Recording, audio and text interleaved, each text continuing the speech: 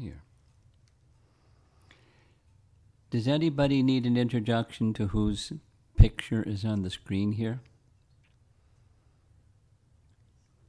There's some newer people, yes? Who is this? Who is this? Would you like to know who this is? Okay. Chaitanya Mahaprabhu. Chaitanya Mahaprabhu. Who is Chaitanya Mahaprabhu? Huh?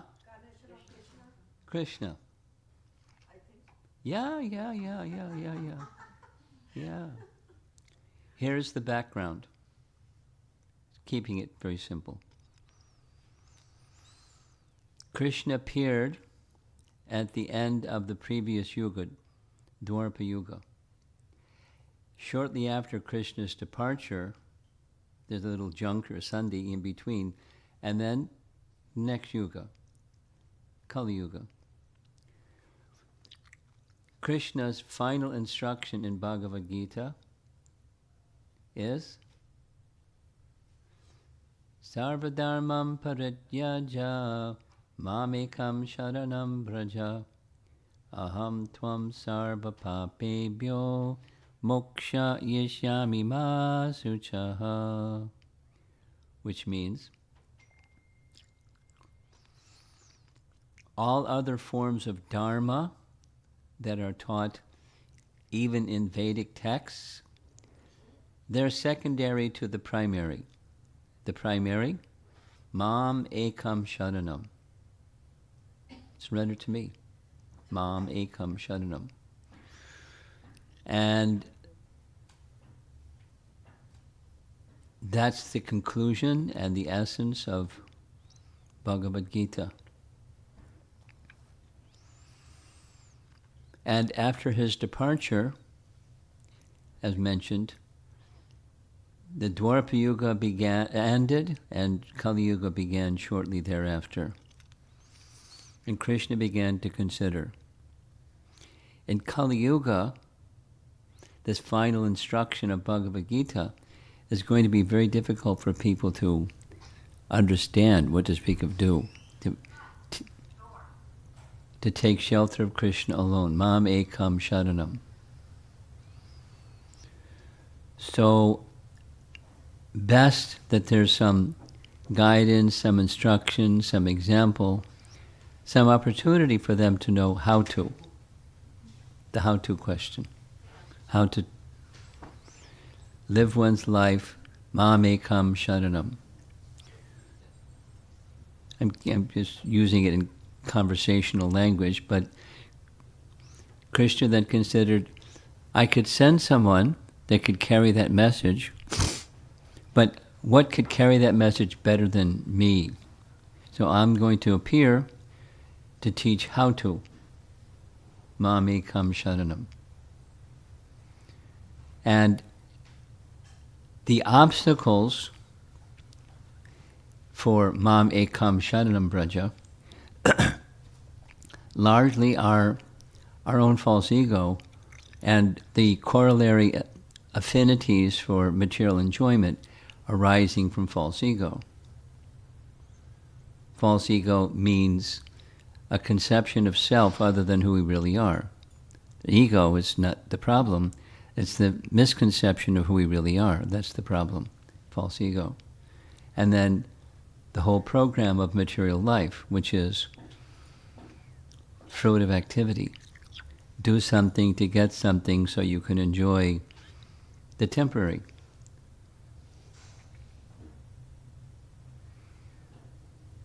And there are principles of Dharma that teach how to do dharmic activities so that you can get the fruits of piety so that you can enjoy in this life and the next life. But that's not the teaching of Bhagavad Gita. So Lord Chaitanya wanted, it's Krishna himself, appearing in the mood of a devotee of himself, specifically in the mood of Radharani, who is a devotee of Krishna, a lover of Krishna. So he appeared as a lover of Krishna in a male form, but in the mood of a lover of Krishna, to teach how to take full shelter. And that process of chanting is the dharma for this Kali Yuga, the Yuga Dharma. What's the Yuga Dharma? What does that mean? There are 4 ages, according to the Vedic texts: Satya, Treta, Dwapara, and Kali. Satya, and then they cycle. Time, according to the Vedic picture, time moves in cycles. Day and night. Seasons. And so forth. Time moves in smaller and larger and really big ones, and then creation, maintenance, and dissolution. Big cycles of time. Time moves in cycles. So in this particular age, the Kali Yuga age, the primary means of achieving spiritual perfection is the chanting of the holy name. So Lord Chaitanya came to teach the chanting of the holy name. And he didn't just give a teaching, he did it. And that's what the painting is showing. There he is in the order of sannyas, performing sankirtan with his devotees and dancing in ecstasy and experiencing the fruit of chanting, which is awakening love. That's the whole purpose of the Vedas. Let's go back. What's the purpose of the Vedas? According to Bhagavad Gita, the purpose of the Vedas is to know Krishna. Vedaischa sayarvairaham eva vedyo. Vedanta krid veda vedeva chaham. The purpose of the Vedas is to know Krishna. And the means of knowing Krishna is through the medium of devotional service, according to Bhagavad Gita. The way to know Krishna is through the medium of devotional service. Verses in Bhagavad Gita teach this. So he, Chaitanya Mahaprabhu, came to teach how to revive the perfectional stage of life through the purification that comes from chanting and the higher stages of consciousness that come from chanting. And one final point, and then we'll move forward. One of the things he did do was he gave elaborate teachings to very, very qualified associates of his. And what he didn't do was write elaborate texts. He just taught and showed by example. And he empowered others to write the books. He gave the teachings, months on end, day and night and night and day and night, and giving teachings, and then empowered them to understand everything that he had taught, and empowered them to write the literatures that embody those teachings, what he taught.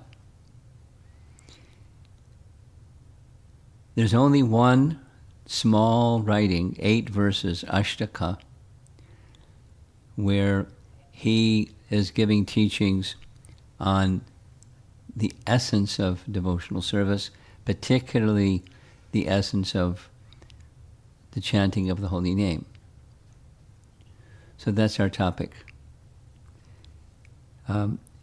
It's Shikshastaka, Shiksha, instructions, Ashtaka, 8 in number. Celebrated, it's the only thing known that he wrote, and so that's where our topic is. The first of the 8 instructions includes, in sequence 1 through 7, excellences of chanting of the holy name. Here's the verse number 1 of Sri Shikshastaka. I'll say it slowly. If you know the verse, you can say it with me. Cheto darpana marjanam bhava mahadavagni nirvapanam Shreya kairava chandrika vidharanam vidyavadho jivanam anandam buddhivardhanam pratipadam purnamritasvadanam sarvatma snapanam param vijayate Sri Krishna Sankirtanam. So we're going to go through, there's 7 particular distinct points that are made. And here's the first, and we call it the excellence number 1. Cheta darpana marjanam. So there's word meanings. Cheta can mean heart or consciousness.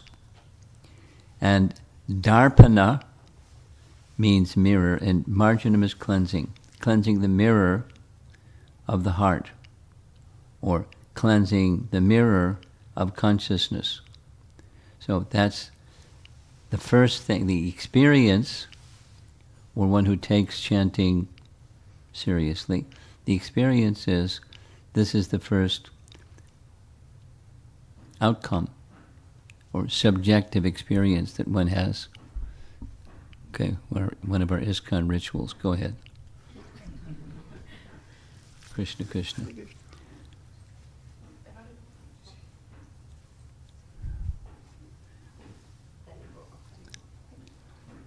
So here's a 1950s drawing of a commercial, a cleanser for cleaning your mirror.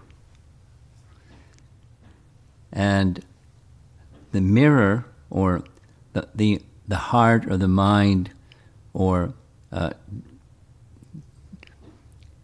can be considered, cheta can be materially sullied consciousness, or the heart or the mind.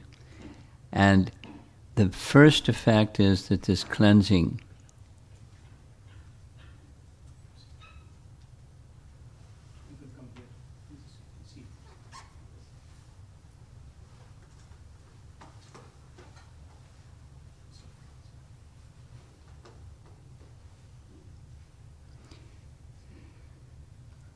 so the refrain at the end, Param Vijayate Sri Krishna Sankirtanam, means glory to the Sri Krishna Sankirtan, which, first one, cleanses the heart of all the dust accumulated for years. The painting is showing something that recently happened in Jagannath Puri. The day before the Rath Yatra begins, the devotees go to the end of the procession, the Gundicha temple, and they clean it thoroughly. And there's a nice pastime in Lord Chaitanya's pastimes where he personally went to the Gundicha and cleansed everything with buckets of water from Narendra Sarovar, and threw water on the ceiling and on the walls and everywhere, and brooms. And after cleaning everything, there was a big flood of water, and then they went and did it again. So it was spotlessly clean. The day before Jagannath left the temple to go to Gundicha to make the heart, or the place where the deity would sit, the heart, make it very, very clean. So that's the first thing. Cheta darpana marjanam. The chanting of Krishna's name is a purifying agent that cleanses our hearts of envy, the root cause of our descent to this world, and other bad qualities we have since acquired, like lust, greed, and anger. Very simple. So what's that root cause, or envy? There's a nice illustration of that. On the left shows Krishna, Balaram, and the cowherd boys, and on the upper right, that's Krishna and the gopis. And there's Krishna receiving worship in his four-armed form in the spiritual world. But then there's this ring of cloud. The artist is meant to illustrate. That's the Mahatattva. What's the Mahatattva? It's the cloud of the material energy. In the vastness of the spiritual sky, there's a cloud.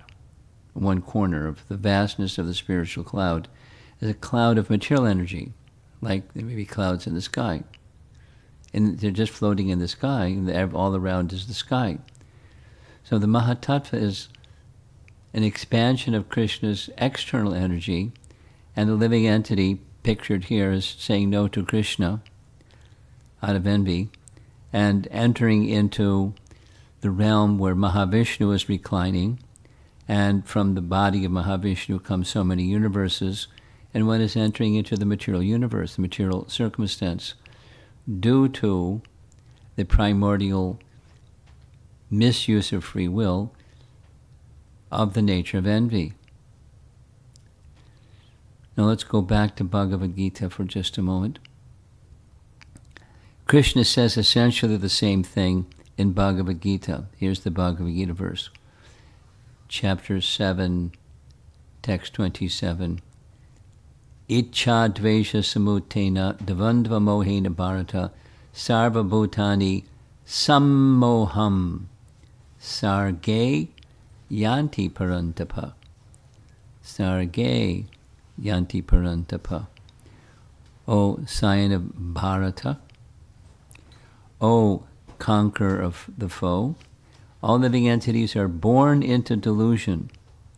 Some, not just moham, but sammoham. Complete delusion. Bewildered by dualities. Dvandva, mohena. Mohena means bewildered. And dvandva is duality. Dvandva mohena. Arisen from desire and hate. That's the first words. Icha, desire, and dvesha. Dvesha, hate, or envy. So that is to say, there is a supreme entity. And we're born because of dvesha towards that supreme entity, and instead, icha, we wish to be the center. That's our dear friend, false ego. We wish to be at the center. And because of that presence, it's subtle, but it's present in the presence of false ego, covers the living entity and assists them in that aspiration that they want to be at the center instead of Krishna at the center. So that not wanting Krishna to be at the center, that's the envy. Icha, dvesha. And once we ignore Krishna, that's dvesha, due to envy, and icha, desire, then consciousness, or in this metaphor, the mirror of the mind, becomes dirty. So the first step in chanting, here's a more modern picture than that 1950s picture. She has a nice spray bottle. It's the Hare Krishna mantra. And she's got a dirty mirror, but she's cleansing the dirty mirror by the Hare Krishna mantra. So consciousness, the mirror of the heart, is cleansed, and the cleansing agent is the chanting of the holy name. At least that's the first subjective experience that one may have, commonly one has, when chanting. One experiences this covering removes contamination of consciousness. Now that's an explanation of this first Shikshastika verse. There's some other nice references that augment the same understanding. In Vishnu Dharmottara Purana, there's a little history, because the Puranas are histories. And it's referenced in Jiva Goswami's writing, Bhakti Sandarbha. He explains there was a Kshatriya Bandhu who had committed very bad sins. And he was suffering incredibly because of his bad sins. So he requested a Brahmana, what atonement? I don't like the suffering. That's the consequence of my so many sins. What should I do? The recommendation he gave, the Chatra Bandhu said, I can't do those things. My mind is too fickle. Tell me what can be done using my body and words. The Brahmana said, if you can't do all this, I will tell you something else which is easy. If you will do what I say. O son, whether in hunger, thirst, or falling down while standing up, lying down, departing or coming, sing the name of Govinda.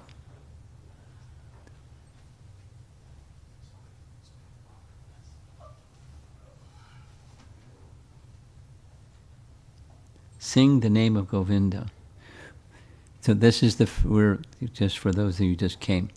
This is a little introduction to Shikshastaka, verse number 1 of the 8 verses. And Chetadarpana Marjanam is the first effect or experience or excellence of the chanting of a holy name that one will experience from chanting. Anyone. So he's advising this fallen, most sinful of persons to do the same thing. The same was exhibited in the story of Ajamila. Many of you know the story of Ajamila. He was born in a Brahmin family, but he became corrupted by association with a prostitute, and there's a long description in the 6th canto. And the painting is showing at the time of his death, because of all of his sinful activities, the Yamadutas came to take him away to the court of Yamaraj. But because of his previous life as a Brahmana, he named his youngest son, the son of the prostitute, as Narayana. So when death came and he saw those scary Yamadutas, he called out for his son, Narayana. And so the agents of Narayana came and rescued him. It's a very nice description. Commentary says, by following the Vedic ritualistic ceremonies or undergoing atonement, sinful men do not become as purified as by chanting once the holy name of Hari. So that's an initial experience, Cheta Darpana Marjanam. The covering, the contamination, the dust, the sullied consciousness, whatever explanation, the coverings of pure consciousness are removed. But as one continues, it becomes a little more mature. And a little more mature has the effect of, in general, affinity for enjoying the material energy becomes slackened. Because when there's affinity for enjoying matter, something happens. When you want to be the enjoyer of matter and it doesn't work out, you become disappointed. You can become angry, or you can become fearful. There's a nice verse in the Srimad Bhagavatam that explains how fear arises. It's the covering, it's the false ego. And here's the nice verse. It's from 11th canto. Bhayam means fear. Dvitiyam, the tviya, the duality, and abhinivesh, absorption in duality. So duality, thinking of oneself as a product of matter, that's false ego. As long as one is absorbed in that a misidentification that although I'm spirit soul, I don't think that way, I think I am this body. And then siyat, fear arises. Because anything could happen at any time, and sometimes it does. I mean, you just went through a hurricane here. And, normally life is not hurricane-like. But it came. And when it came, knowing that it can come at any time, you may get some warning, you may not. And it's very fearful. You know, I mean, you put out your hand and stop the wind, good luck. You can't stop the force of the material energy. So that may make or create a fearful situation. And there's a remedy. It's in the second half. Here's the translation. Fear arises when a living entity misidentifies himself as the material body because of absorption in the external illusory energy of the Lord. When the living entity thus turns away from the Supreme Lord, he also forgets his own constitutional position as a servant of the Lord. This bewildering, fearful condition is effected by the potency for illusion called Maya. Therefore, an intelligent person should engage unflinchingly in the unalloyed devotional service of the Lord under the guidance of a bona fide spiritual master, whom he should accept as his worshipable deity and his very life and soul. So the initial is coverings become cleansed. A more mature stage is where the effects of the covering, which cause fear, etc., they're also reduced and eliminated. Or qualities like having no fear, it's not the objective of chanting, it's a subset, it's a byproduct.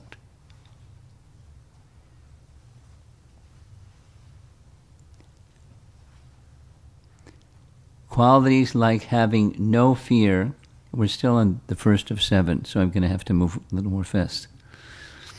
The qualities like having no fear are produced by chanting the name, but are not parts of the cultivation of the name. What does that mean? The purpose of chanting is not so it'll help you cultivate not having fear, although it may certainly help. But that's not the primary quality of chanting. It's purifying consciousness, and the byproduct or secondary is qualities like fearfulness or fearlessness. Bhakti itself does not depend on other elements, and so much more so for the holy name. No, that's another important statement. But I want to keep going. But I'll say it anyways, because it's important.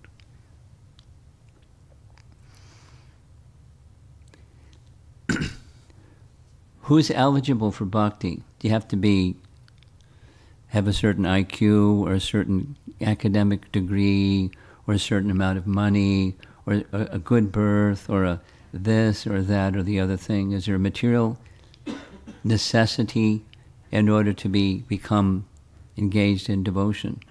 No. No. It's neither material asset doesn't create, and the absence of material asset doesn't impede. Ahaitukiya pratyataya yatma suprasidati. The bhakti is independent, and similarly the holy name is independent. Anyone, underline, anyone, from any background in any social, political, economic situation can chant the holy name and have Chaita Darpana Marjanam take place. And the more mature stage is one comes to understand one's swarup, not only that I'm spirit, soul, not the body, but one can understand one's swarup. Sva means one's own, and rupa means form. This is a very nice painting from a very long description by a book written by Sanatana Goswami, one of the persons who Chaitanya Mahaprabhu gave instructions, and he wrote books according to his instructions. And this young boy named Gopa Kumar, young cowherd boy, by chanting of his mantra, he developed his spiritual form. You know, it's a long description of the different stages and steps and everything. So that's the mature. So we'll go just review excellence number 1. The mirror of the mind becomes cleansed. The effects of identifying with the covering subside, such as fear. One becomes fearless, and other secondary benefits that come from chanting, and ultimately one's spiritual identity can be within the palm of your hand, within your grasp. Not just knowing that you're a spirit soul, but understanding your spiritual identity. So that's excellence number 1. Next, Bhava Mahadavagni Nirvapanam. There's, I'm not a Sanskrit scholar by any means, but I've learned a few things. There's a word bhava and there's a word bhava, and they're very different. Bhava means spiritual ecstasy, and bhava means the opposite, material existence, bhava. And Agni, we all know, Agni means fire. And Dava Agni is a forest fire. Maha Dava Agni is a blazing forest fire. And the blazing forest fire of material existence becomes nirvapanam. So this is excellence number 2. Now it doesn't happen quickly, but it happens by the grace of Krishna. Just like in Krishna's pastimes. There are 2 pastimes in Krishna's Vraja Leela, where there are forest fires for different causes. And I don't know if you've ever been near a forest fire. I have. And it's scary. Very, very, very, just miles away, you can feel the heat. Miles away, and it's blazing hot. It's like going to the sun planet or something. It's really intense. And as you get closer, you don't get closer, but if you get closer and closer, hotter and hotter and hotter. What can extinguish a forest fire? Bucket brigades, fire trucks, nothing. There's one thing. A deluge of downpour of rain from the sky can put out the forest fire. So that's what's being said here. The blazing fire of repeated birth and death becomes extinguished. Burns like fire. Dushparena, analena cha. That's mentioned down below. Dushparena, analena cha. That lust, kama rupena, is very, very difficult to overcome. The lust of being attracted to be not just gross sexual lust, but the desire to be an enjoyer of matter. And one can lust for any object of material nature and want to be the enjoyer of that. And how to end, once it starts, how to stop it.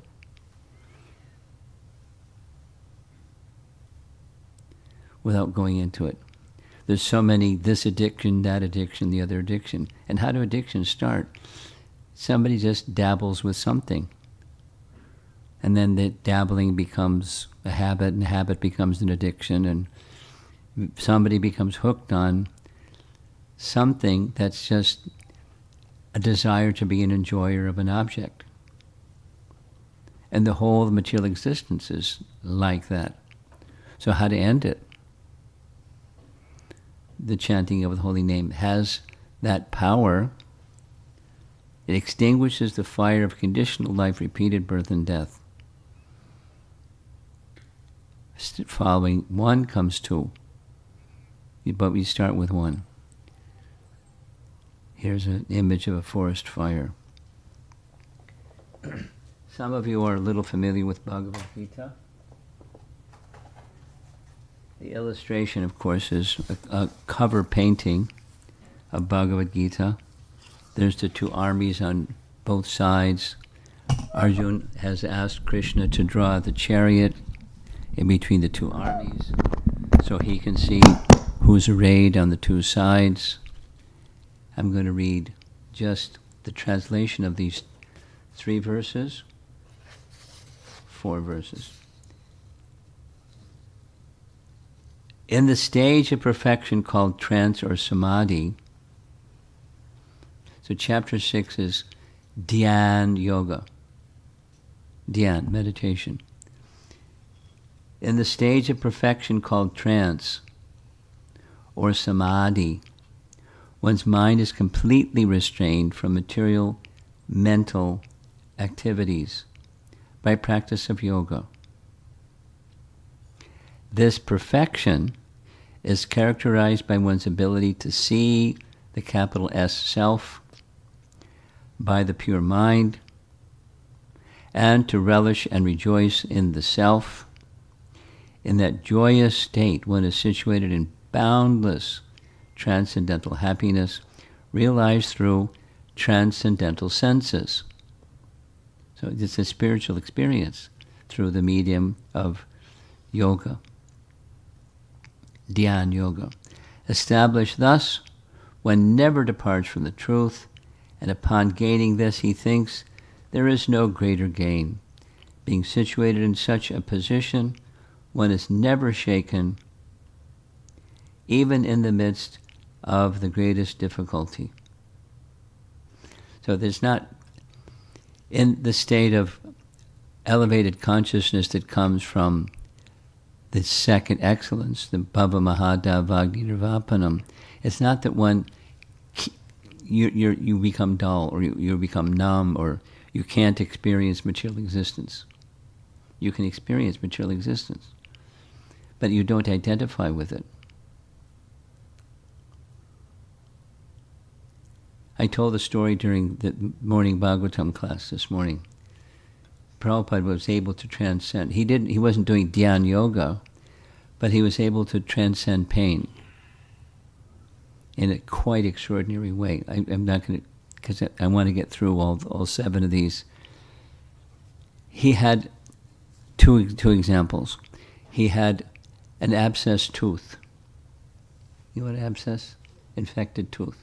So his whole jaw was swollen, the side of his mouth. So the devotees saw the swelling and asked what happened. He said, it's infected. Would you like us to take you to a dentist? No, just give me cloves. Because cloves have a kind of antiseptic and also a numbing effect. So he wouldn't feel the pain as much.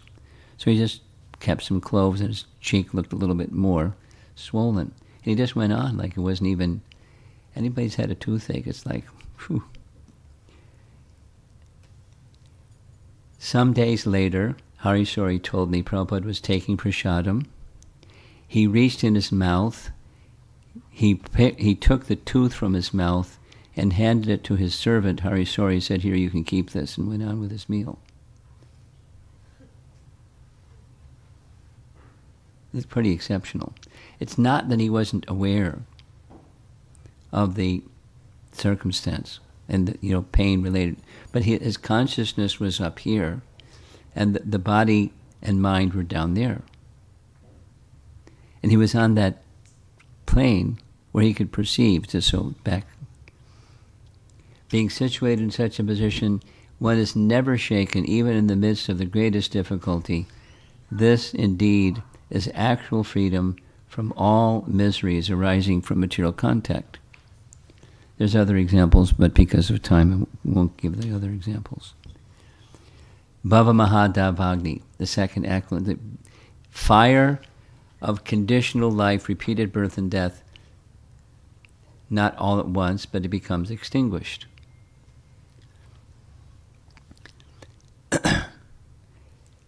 There's a picture of Buddha. Everybody knows what Buddha looks like, these drawings. And according to the teachings of Buddha, what's the root cause of suffering? Root cause of suffering? Desire. Icha. Icha dvesha samutena. So if you want to become free from suffering, and you're not a practitioner of Dhyan Yoga or Bhakti Yoga, you do what Buddha says. The way to become free from suffering is to become free from desire. And how do you become free from desire? Next question. And there's a two-part. One, live your life in the quality of goodness, starting with nonviolence, ahimsa, and compassion, and cleanliness, and truthfulness, and you live by virtue. So live your life in the quality of goodness always, and never deviate. And then internally, engage in meditation. There's a dhyan, but meditation upon what? It's a different picture than what Krishna just spoke in Bhagavad Gita chapter 6. So the teaching, what I know about Buddhism is from the little bit that I dabbled, and more importantly from the teachings of Jiva Goswami. Mindfulness is a phrase that comes from Buddhism. It's a popular phrase these days, but it's you meditate on being in the moment. Because according to the teaching of Buddha or Buddhism, all there is the moment. The past is gone, it's gone. The future hasn't come. All there is the moment. So be in the moment, be in the moment, be in the moment. Mindfulness.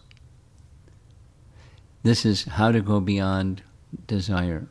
Because the method says goodness and mindfulness. When you become really, really good at just being in the moment, being in the moment, being in the moment, something may happen. That something may happen is enlightenment. Enlightenment is you go beyond the moment. And what's beyond the moment? Nirvana in Sanskrit, or enlightenment, or nirvana, cessation of material existence. When you cease your material existence, this is Buddhism, when you cease material existence, that's nirvana, because then there's no more desire. Because material existence is desire. So go beyond the moment, and you're in the nirvana zone. That's nothingness.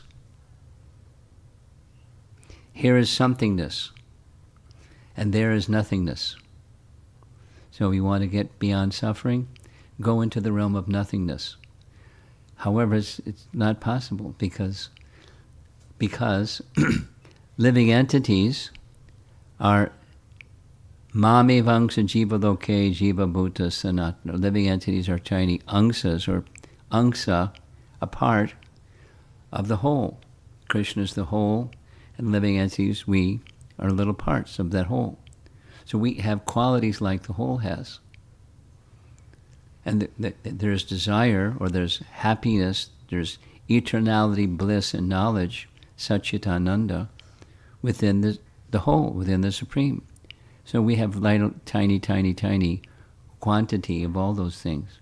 Desire is one of those things, because it's of the Supreme, it's of the soul. To become desireless is imagination, or it's likened to anesthesia. Maybe some of you have had anesthesia, some operation or some procedure, and they prepare you, and they put this thing over your mouth, and you'll breathe slowly, and before you know it, you don't know anything because you're under anesthesia. But when you're under anesthesia, it's not that consciousness stops.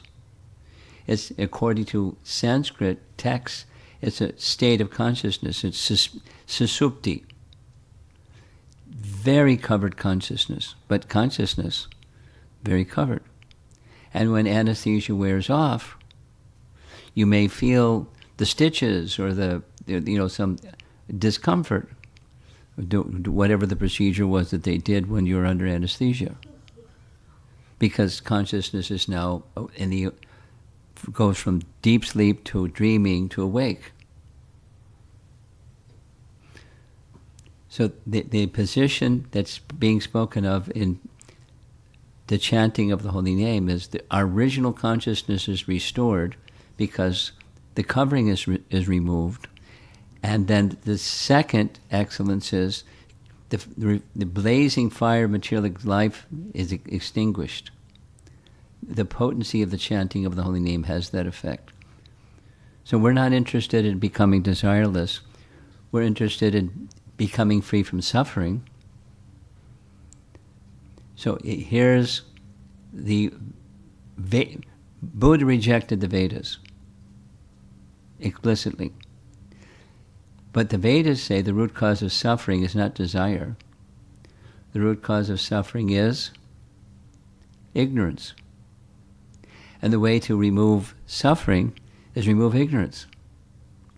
And the way to remove ignorance is knowledge. It's the antidote for ignorance. And knowledge awakens when consciousness becomes elevated and purified, according to the Srimad Bhagavatam. Two things from devotional service happen. That is, ignorance is removed and detachment awakens, detachment from ignorance, the cause of the suffering. Vasudeve Bhagavati Bhakti Yoga Prayojataha Janiyata Ashu Vairagyam Jnanam Cha Yadahaitukam, or causelessly, knowledge and detachment arise from Bhakti Yogena, from the engagement in devotional service. So that's, I'm going to skip ahead. This is giving another scriptural example. I'm not doing so well with time. Some of you may know there's a description in the Srimad Bhagavatam where the Sagara was attempting to perform Ashvamedha Yajna. Indra started getting a little nervous. Uh-oh.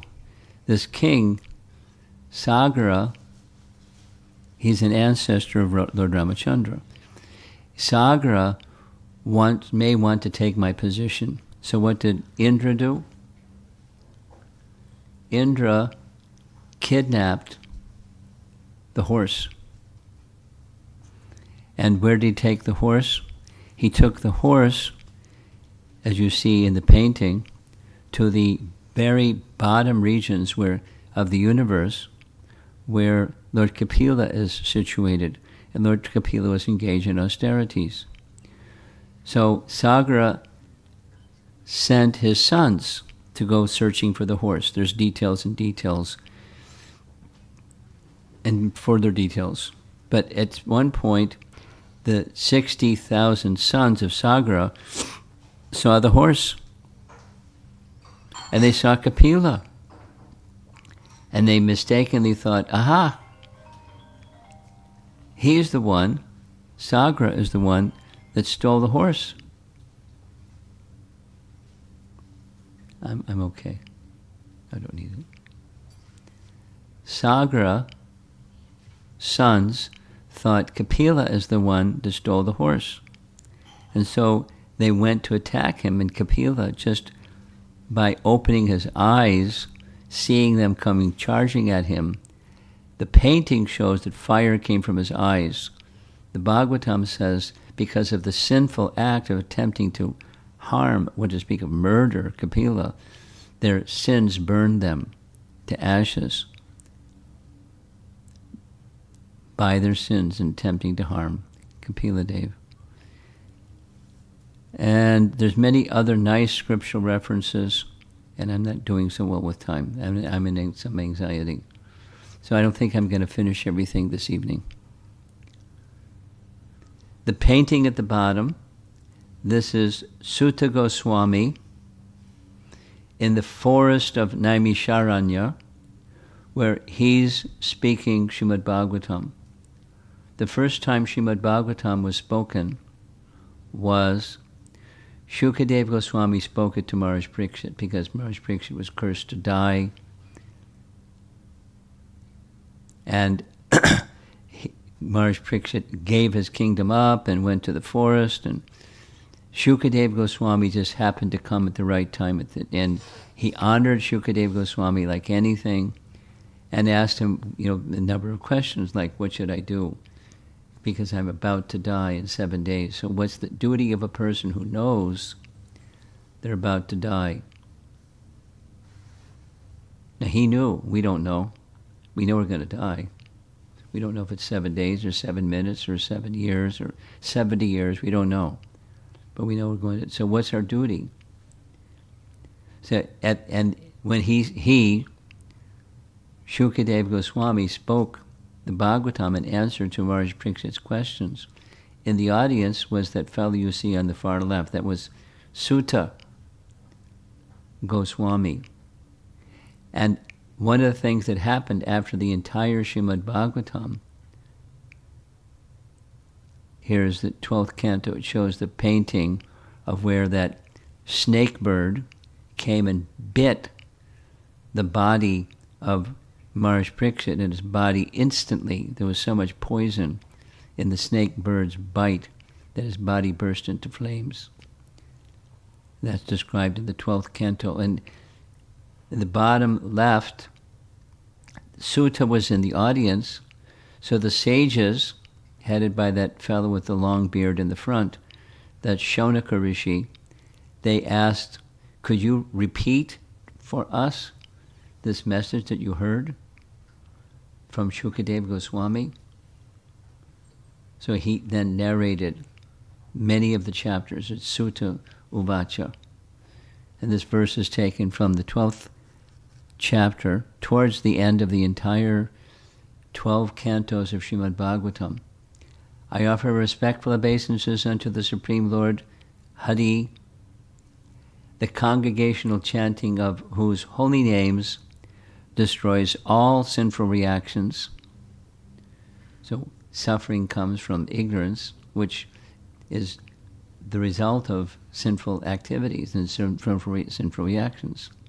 Ignorance is destroyed by chanting of the holy name and the reactions, and the offering of obeisances unto whom relieves all material suffering. All material suffering. So it's not become a Buddhist. It's chant the holy name. And Bhava Mahadavagni Nirvapanam. This is Maharaj Parikshit kneeling before Shukadeva Goswami. This is Canto 6. Other processes cannot be successful because even after following such methods, one takes the fruit of activities again, unable to control his mind, which is contaminated by the base qualities of material nature. When anesthesia wears off, your waking consciousness resumes. When the benefits of austerities, etc., let some time pass, and again desires are there. So why are material desires there? Because we don't control the mind. The mind is being influenced by the modes of nature. In other words, the chanting of the holy name relieves the influence of the lower modes of nature, leaving goodness by its very nature. And this is the downpours of rain extinguishing the blazing fire of material existence. That's what this little graphic is meant to illustrate.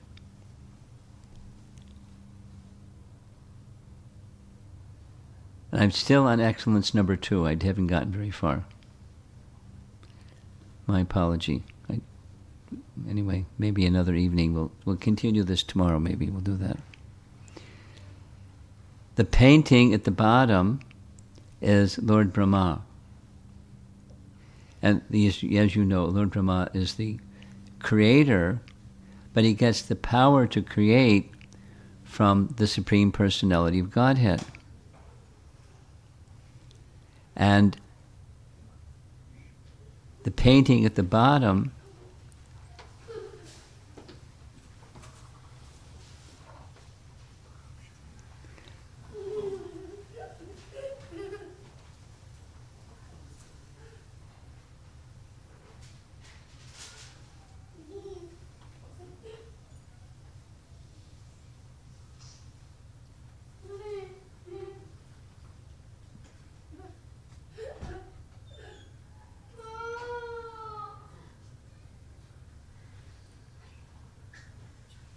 Your householders, you're used to all this. I'm not used to it.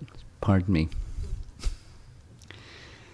So at the bottom is a painting of Lord Brahma offering prayers to Krishna after there's a whole section, Brahma Vimohan Leela.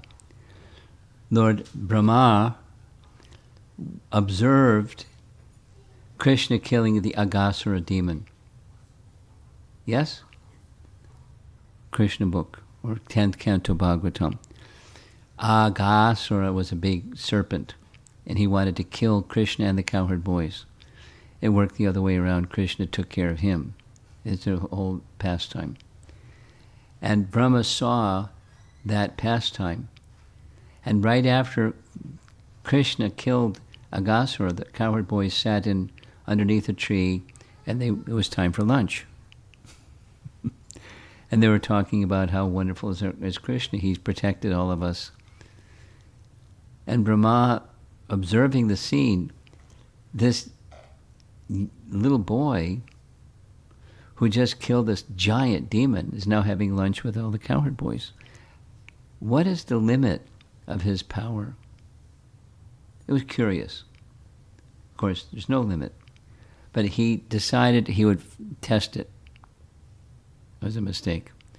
And the way to test it was, while the cowherd boys were having their lunch, Brahma took all the calves, because they're little boys, they weren't taking care of cows yet, just calves. He took all the calves and put them in a cave, and put a big boulder in front of the cave, so the calves couldn't get out.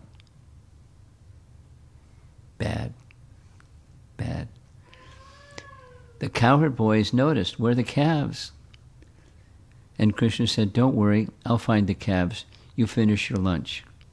And while Krishna was gone looking for because he's omniscient, he knew where the calves were. He looked for the calves, and while he was gone, Brahma came and kidnapped the cowherd boys and put them in another cave, and put a big boulder in front of that other cave. And then he went back to the scene of the crime, because criminals do that sometimes. He wanted to see, what's Krishna going to do now? Is he going to cry? Boo-hoo, or what's he going to do? Much to his surprise, there were all the calves and all the cowherd boys. So he went back and looked in the two caves, and there's the calves and the cowherd boys. And he came back, what's going on? And he, simultaneous with all the calves and all the cowherd boys, forms of Narayan simultaneously were manifest. With the description in the Bhagavatam is, each of the forms of Narayan were surrounded by so many, the 16 and the 5 and the 9, describing the energies, the Shaktis of Narayan that were engaged in offering prayers. There was a big cacophony of prayers offered by the personified energies of Narayan, and each one of the calves and each one of the cowherd boys.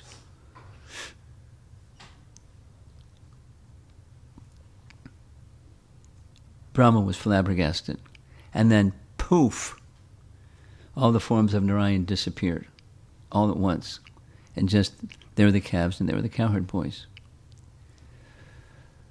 So he realized, I made a big mistake.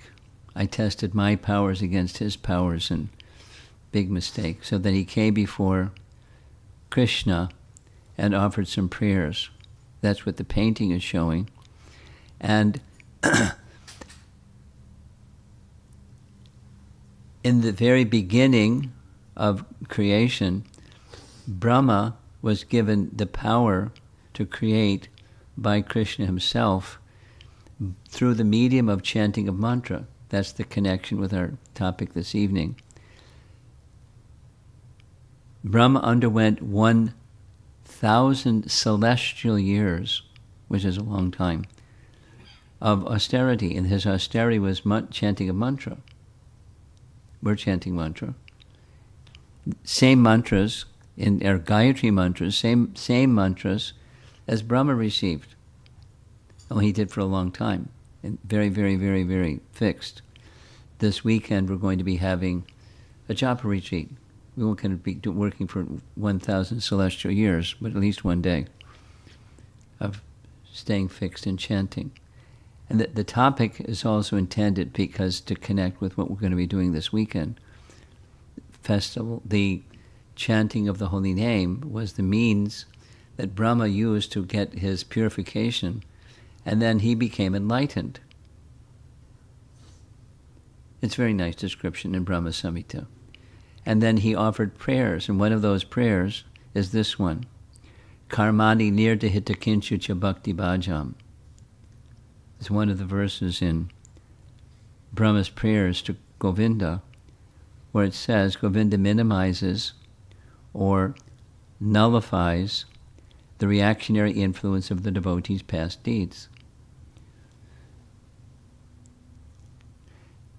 Suffering, we'll do it again. The root cause of suffering is ignorance.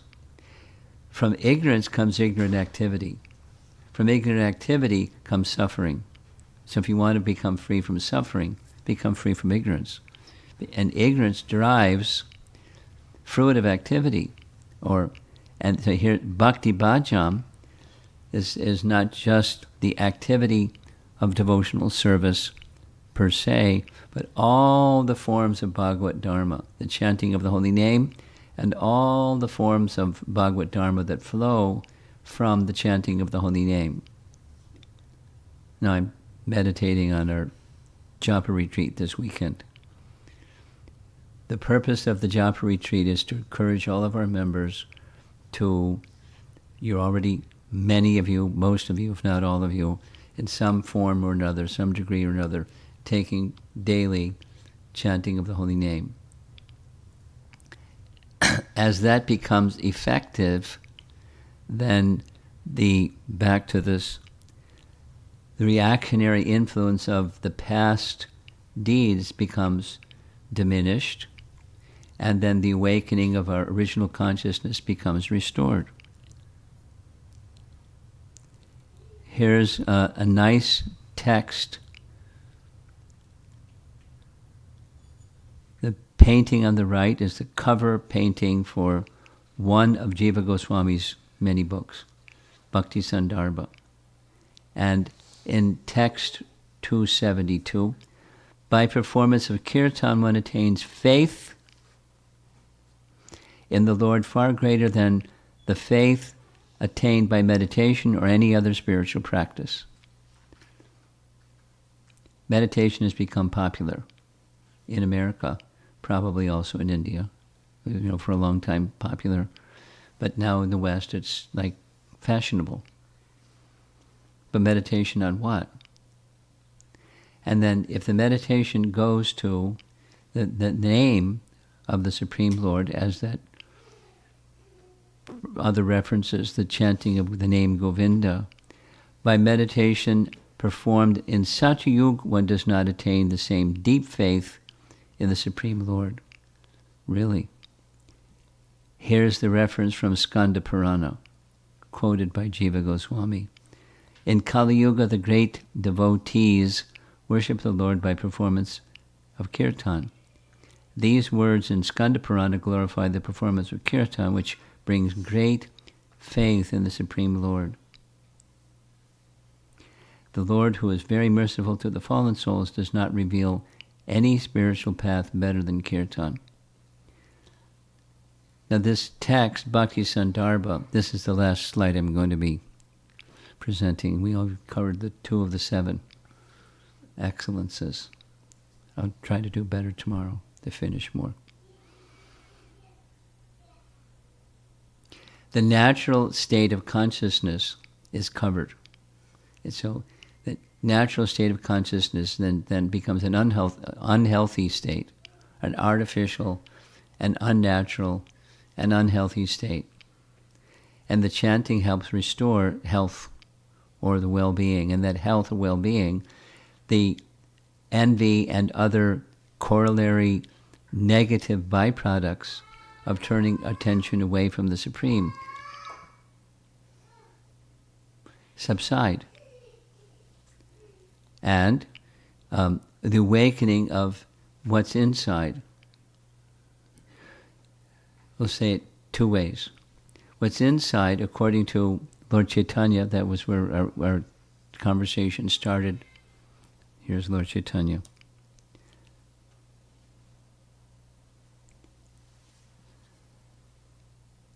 He gave this chanting of the holy name because the chanting of the holy name awakens what's inside. It removes the covering and awakens what's inside. One of the teachings of Lord Chaitanya is Nitya Siddha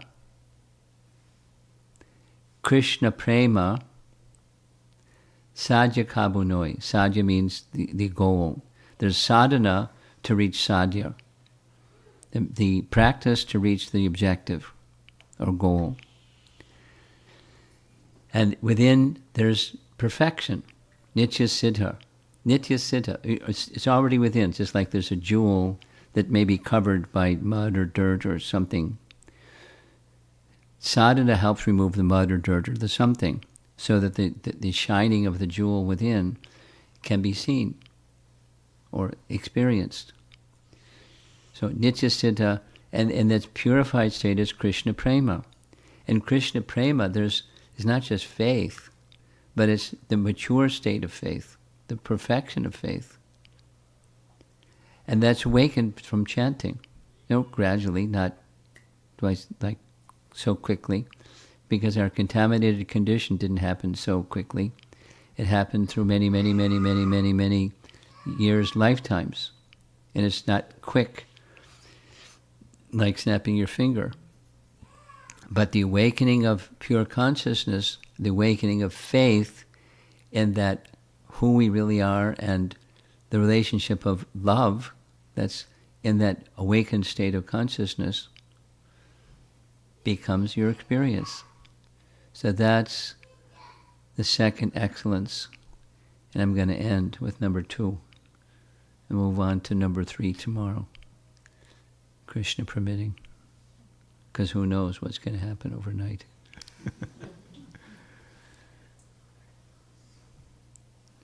How much warning was there that this hurricane from the Caribbean was coming your way? Was there much warning? Not much. Not much. Just a day to Really? change direction. Yeah, Shoo. wasn't supposed to come to us. Really? Did a U-turn and went over here. Too many pious activities in Houston. Houston was not prepared at all. Huh? Houston was not prepared. Like there was Yeah. no prediction or anticipation. So, Krishna permitting, we'll continue with excellence number 3, and hopefully I'll be able to complete. Because the introductory ones, they're really important. So just for those of you that came in a little bit late, the first 2, the refrain at the end is Param Vijayate Sri Krishna Sankirtanam, or all glories to the congregational Krishna Sankirtan of Chaitanya Mahaprabhu, because, and then goes back to Chaita Darpana Marjanam, the mirror of consciousness becomes cleansed, Chaita Darpana Marjanam, and then Bhava Mahadavagni Nirvapanam, the blazing fire of conditional life becomes progressively extinguished. And then what happens? Come tomorrow, we'll find out what happens next. And there's not exactly like this bucket ends and then that bucket starts. It's not quite like that. It's just, but there is a natural progression from beginning to intermediate to more mature to realizing one's spiritual identity. So let's see if there's some discussion. And I'll say it one more time for those of you that came a little late. If your schedule permits, please come to the temple on this weekend. What's the number of years we've been having these events? More than 10 years. So it's become an annual event. An annual event. In Chicago it was 17 years, now here it's 10. So we just 2 weekends ago had something quite similar, the 4th of July weekend. So the purpose is to elevation of consciousness through a heightened sense of what it means to take shelter, to chant and genuinely take shelter, feel cleansed and lifted by collectively engaging in chanting, individually and collectively engaged in chanting. And this evening's presentation will continue tomorrow is kind of a warm-up. It's Lord Chaitanya's teachings on what the effect of chanting can be if you stay with it. So let's see if there's some discussion.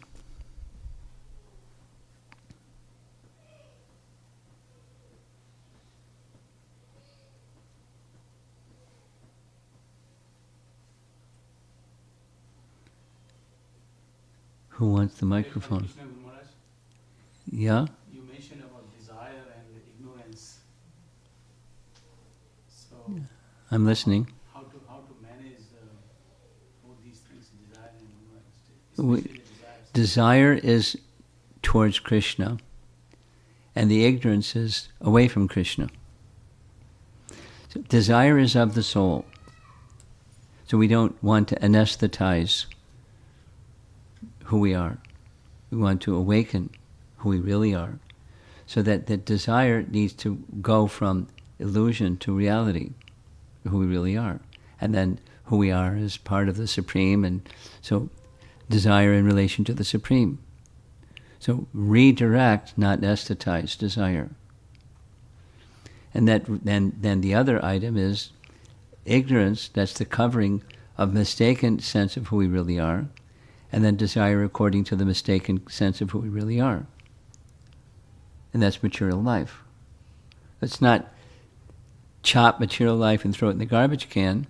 It's purify it by refining desire and directing desire with proper knowledge towards who we really are and the real happiness of the soul.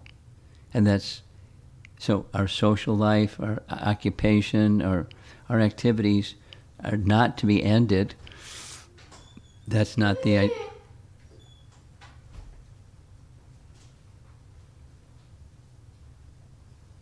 So desire leads to attachment, right? Spiritual desire leads to spiritual attachment. Material desire leads to material attachment.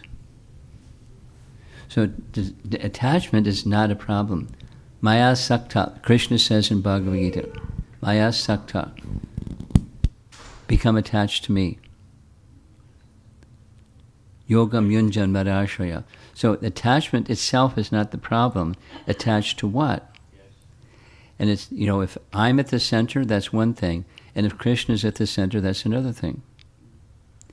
One attachment is love. The other attachment is selfish. And real love is selfless. But it's not, I don't become zero. I become the instrument or the servant of the desire of the lovable object. That's bhakti. So attachment is fine. Attachment in relation to the object of love. We just need a little light, little knowledge to guide desire. And it's not quick because we're accustomed to the material kind of attachment. At least we have our favorite ones. Some ones we can let go of more readily, and some other ones not so easily. And then we stay stuck, depending upon, Thank you. yeah. But the thing is, like when we are talking about this, but there is also karma, which is important because it cannot be all bhakti. Because think about it, a soldier who is standing on the India-Pakistan border and the terrorists want to come in, and that soldier is, maybe he is purified himself, but he has to do his karma, he has to do his duty to kill the terrorist. And maybe he is guided by Krishna, but if everybody just keeps chanting, then the terrorists will occupy India. Okay. What you're saying is what Krishna says. Yeah. Krishna says action. Well, Krishna does not, and chanting does not advocate inaction or, neglect of duty. Let me. Do you like to read Prabhupada's books a little bit? You like? Not so much. Yeah?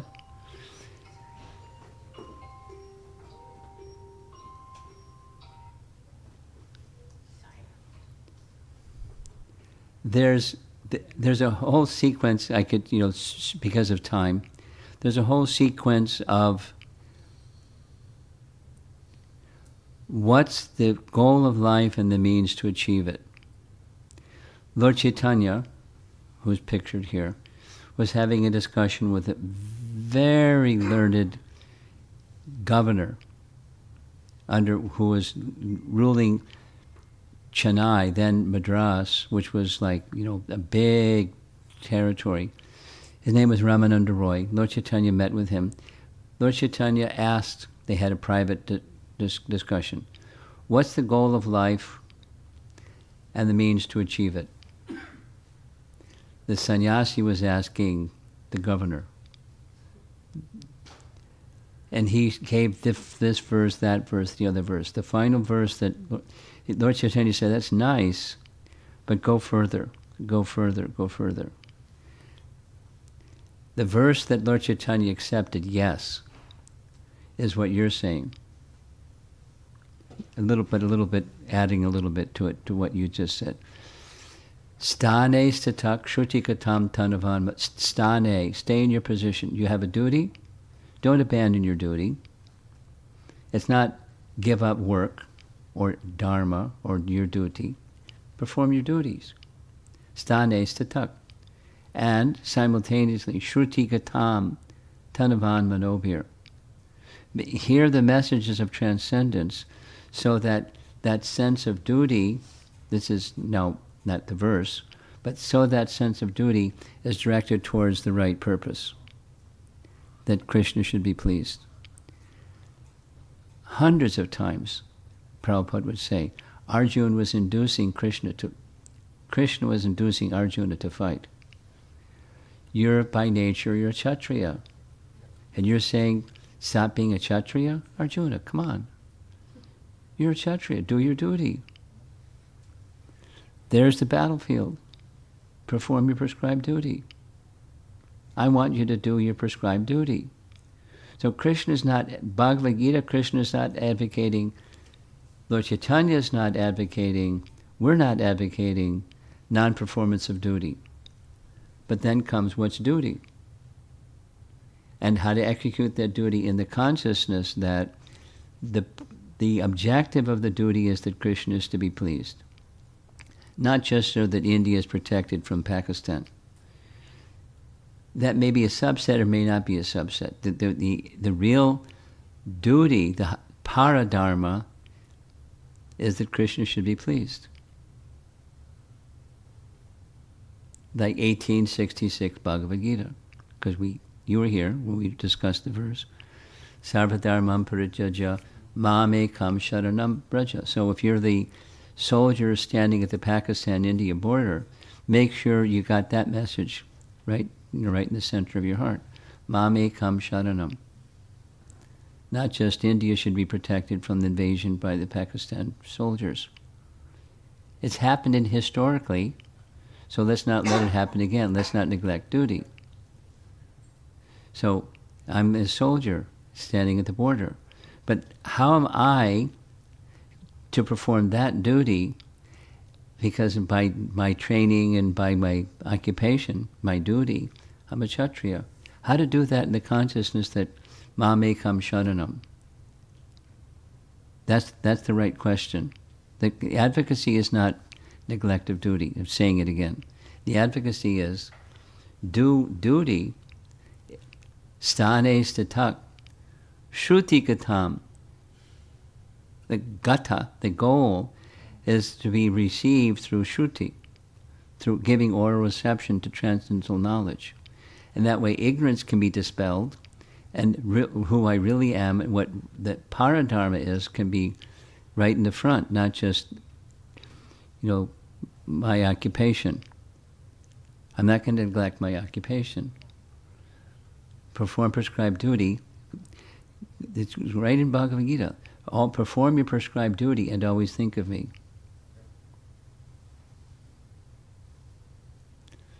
That's the Mam Ekam Sharanam.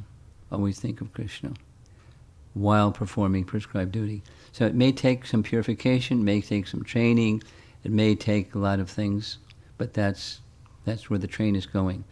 Put that in your GPS and then drive. Give me the right direction. Yeah. Someone else. We had a lively discussion yesterday. Looking forward to more. See, I was looking the answer to the question, as per our religion, we are divided our life into 4 stages of life. Yes. See, so like for the people who is getting into the older stage. You, me. I would say me, myself. Okay. And how do we keep a balance with our assigned duties? Like our role has changed. We are no more younger. We are grandparents now. So how do we keep a balance between the grandchildren and Krishna and our age? We are not going out to the Vanprastha, going to the forest. So while living in the family, how can we keep a balance in the life? Okay. 2 things. 1, I don't like the word balance. Okay. But I'm going to explain why. Because balance means, I call it the 2-pocket program. So much for Krishna, so much for me. So much for Krishna, so much for me. Me, Krishna, Krishna. Rather, maturing is you have a 1-pocket program. And then it doesn't become balance, it becomes time management. The language is important. The question, if you just say, how do I manage my time so that I can achieve my duties? I'm just objecting to the 2-pocket program idea. So then it's time management. Now you're at a certain stage and you have a possibility for example, in relation to grandchildren, that you can help them in the ways that, not just help as a babysitter will help your son or daughter with their children, and you're the babysitter, you're the senior citizen babysitter. But you have wisdom that you can pass on to those grandchildren and be a great resource for the nurturing of the soul towards the soul's ultimate destination. You have that leverage or the opportunity. So now how are you going to use your time so that you have that consciousness within you and you can transmit that consciousness by the interactions that you do with your grandchildren and whoever else and whoever else and whoever else. And all the other corollary expansions of persons who you interact with in the course of your life. So then time management. So I'm suggesting with time management, you do those things. I mean, senior citizens' habits are already well formed. Whatever those habits are, they're well formed. But you're asking the question, so I'm responding. See to those things. In terms of time management, I like the example of, here's a glass jar, here's a big rock, here's some smaller rocks, here's some pebbles, and here's some sand. And in the end, they'll all fit. That the glass jar is your day, or the remaining years of your life, time. And they'll all fit. So question, which goes in first? The big rock. You don't put the sand in first. You put the big rock, and then the smaller rocks, and the pebbles, and then the sand. You jiggle it a little bit, and it'll all fit. But the big rock. So now, what's the big rock? I don't need you to answer me, but I need you to answer the question for yourself. What's the big rock? Like, what's the mission of life? I'm a senior citizen now. I should know what the mission of life is. But let me hit the reset button, because I'm becoming thoughtful in my older age, like the purpose of life, the life's mission. And I can pass that on to my grandchildren if I have it. The big rock is very clear that goes in first. So what's the mission? And then those things that's the sadhya, and then what's the sadhana? The things that I can do to help reach that sadhya, the goal. So is He- involving with the grandkids get to take you away from your time away from the God, or No. You do things with them that put the big rock in the center. I mean, I'm not a parent, but I have lots of children.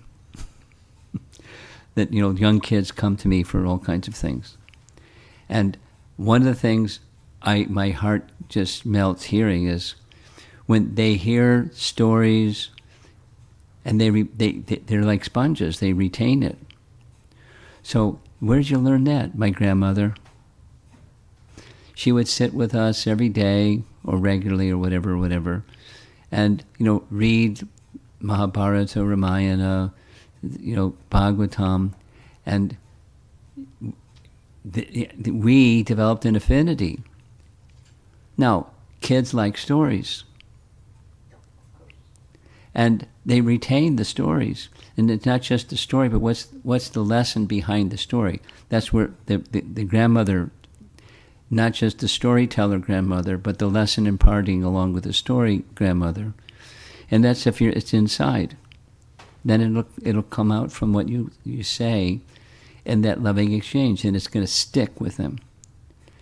They may not remember all the story, but they'll carry within them that the purpose behind the story, the message, the value that the story is conveying. You have that. There are other children and grandchildren age, but those are your grandchildren. You can pass that on to them. That's the big rock. so passing on the knowledge is over. Well, yeah. So you set your time so that you're putting for your own personal, the final quarter of your life, or whatever you want to think of it.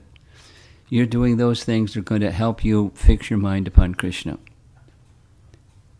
Because whatever the mind is absorbed in during your life, that's where the mind goes at the time of death. Yam yam vapi smaran bhavam jajatante kalevaram. So you do those things that are going to help you fulfill your mission of life, and you're carrying that inside, and that's going to come out when you're interacting with your grandchildren. Because that's the mission of life. And you want to pass that on to them. They're little. They want to play, and things that little kids like to do. But many will like the time sitting on the lap or by the side or with their grandmother with their arm around them and reading a nice story that kids like to hear. But passing on values because it's inside, and it'll stick. They may not remember all the details. That's okay. The impression will be there. And that's you're helping, you're entrusted with children as your married life, and now you have grandchildren, and they're entrusted to you also. So it's not balance, it's time management. And use the time that you have, the pebbles and the sand, and the smaller rocks also. You do those things, but don't be very clear. Don't neglect the big rock, the mission of life, for yourself and in your relationships. Time management.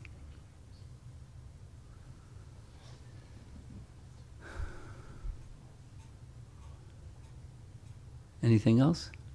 Guru Maharaj, I do have a question, progressing on what Mataji just asked. So if I have two big rocks, okay, how do I pick, if it's a situation where it's approach avoidance conflict, how does a person go about that, please? Well, if you have a clear idea of what the mission of life is, then that's the big rock. And there may be things that assist that mission. And that's not exactly another big rock. It's something that assists the big rock. So you just introspect, and introspect in the light of Scripture. We take wisdom from Scripture. We remove ignorance by knowledge. And when in the wisdom literature, it's like Ma Me Kam Sharanam. It's not many or two. It's one. Then other things can configure and connect with that one. We don't dismiss them, like this other verse. Stane statak. Stay in your position. Stane statak. So you, whatever the roles are, a mother, a wife, or a person in the workplace and in the marketplace, and you're making decisions for your family's eating, and so you have roles to play, multiple roles, but they're all following behind one thing. Ma Me Kam Sharanam. And it's everything follows that one thing. If you see there's a second thing, then you need to introspect. What is that second thing? Maybe it's just a subset of the first thing. I don't need the detail. No, like it's equally important in any human's life. Say if we have our aging parents versus our kids who are college bound, who do I pick? Where do my responsibilities? That's time management. That's time management. Make sure the big rock goes in first. And then you manage your time according to your different roles and responsibilities. We have different roles, each one of us, not just the soldier on the border of India and Pakistan. We have different roles, and we should become aware and fulfill those purposes that match the roles as best we can. And then we don't do so well one day, we get up again to try to do well the next day. But stay focused on what the mission of life is. Ma Me Kam Sharanam. It's very simple. And everything aligns with that. It takes a while to align everything with that. That's bhakti. So then you need, in your day, the big rock sadhana to get to the sadhya, the fruit of that purpose. Ma Me Kam Sharanam.